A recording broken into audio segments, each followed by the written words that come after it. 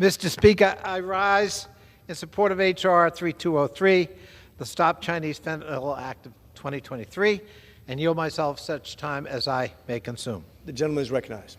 I thank the Speaker. On both sides of the aisle, we recognize the devastating impact the opioid crisis has had on our families and communities. There's been too much tragic loss of life and too many families torn apart. Challenging problems require our working together to find solutions.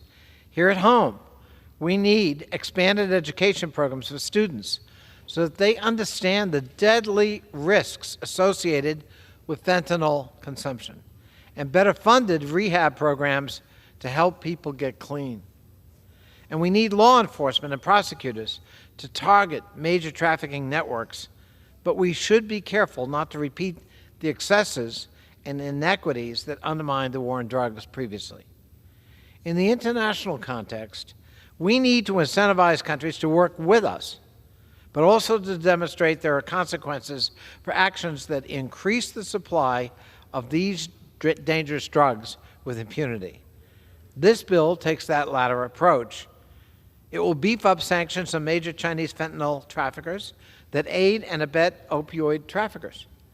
The legislation bolsters reporting requirements on fentanyl trafficking under the national emergency declared by the President and includes reforms to the International Economic Emergency Powers Act.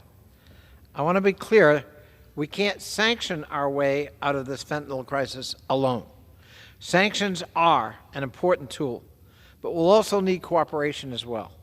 If we want countries to limit the export of fentanyl precursors and work with us to prevent such substances from entering our country and poisoning our people, we will need the cooperation of law enforcement in other nations, like China and Mexico.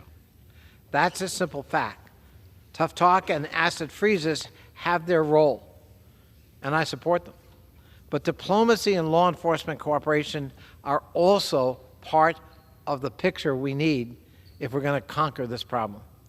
I want to thank Mr. Barr, my friend from Kentucky, and Chairman McCall for their advocacy on this important issue and bringing this legislation forward. Congress works on behalf of the American people best when we can collaborate, when we can support each other, when we work together. And both sides worked in good faith to get this deal done, and I salute the gentleman from Kentucky for his leadership. I urge my colleagues to support this legislation, and I reserve the balance of my time. Gentleman.